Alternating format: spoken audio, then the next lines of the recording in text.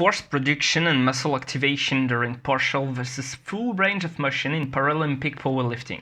Donc on se retrouve aujourd'hui pour une revue informelle d'études et en fait les chercheurs ont étudié des gens qui faisaient du powerlifting, donc de la force athlétique et notamment au niveau du développé couché. Donc pour savoir quelle est la particularité des gens qui font de la force athlétique en paralympique, c'est qu'en fait la plupart du temps ils n'ont pas de jambes quand ils font du développé couché. Donc ils sont spécialistes du développé couché parce qu'ils ne peuvent pas faire de squat et de deadlift.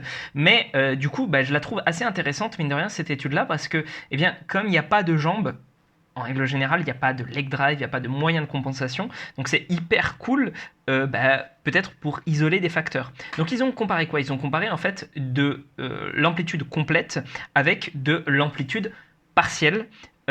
Donc l'amplitude partielle, évidemment, c'était pas de l'amplitude partielle sur des grandes longueurs musculaires, mais sur des courtes. Donc c'est-à-dire,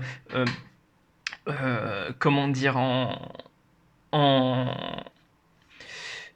à la fin du mouvement, voilà, c'est ça que je cherchais, et du coup, ils ont fait faire avec du coup de la mesure de force et de la mesure d'activation musculaire.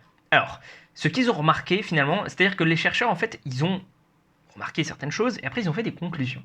Et les conclusions, ils te disent, en fait, le partiel, ça semble être meilleur pour la force de façon générale parce que on peut utiliser plus de poids sur le partiel. Et donc, il faudrait utiliser, le partiel en mettant plus de poids.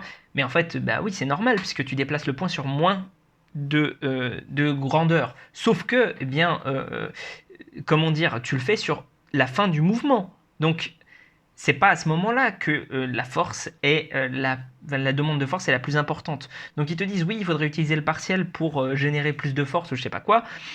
Non, en fait la force est spécifique à l'angle de l'articulation. Donc pour moi ça n'a pas de sens de dire que le partiel est mieux. En revanche, ce qu'ils ont trouvé au niveau de l'EMG, et c'est là que je trouve ça cool, c'est que les pecs et les deltoïdes sont plus actifs en full, donc c'est-à-dire en amplitude complète, et les triceps, eux, sont beaucoup plus actifs en amplitude partielle.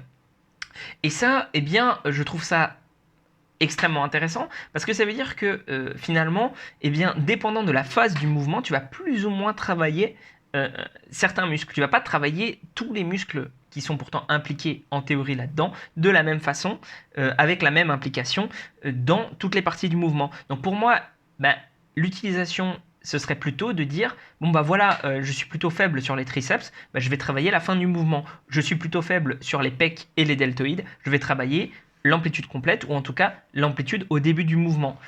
Et de façon globale, je recommanderais aux gens de travailler l'amplitude complète pour travailler la force du mouvement, puisqu'en compétition, tu fais une amplitude complète.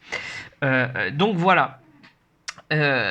Finalement, c'est une étude, c'est un compte rendu d'étude relativement court parce que l'étude en elle-même n'est pas très longue et ça part pas dans tous les sens. Maintenant, pour l'appliquer toi à ton entraînement, je pense que encore une fois, la meilleure façon de faire, c'est vraiment d'y penser d'un point de vue faiblesse-force, tout en se disant bien que l'EMG, c'est pas parfait non plus pour dire est-ce qu'on fait plus de ça ou plus de ça.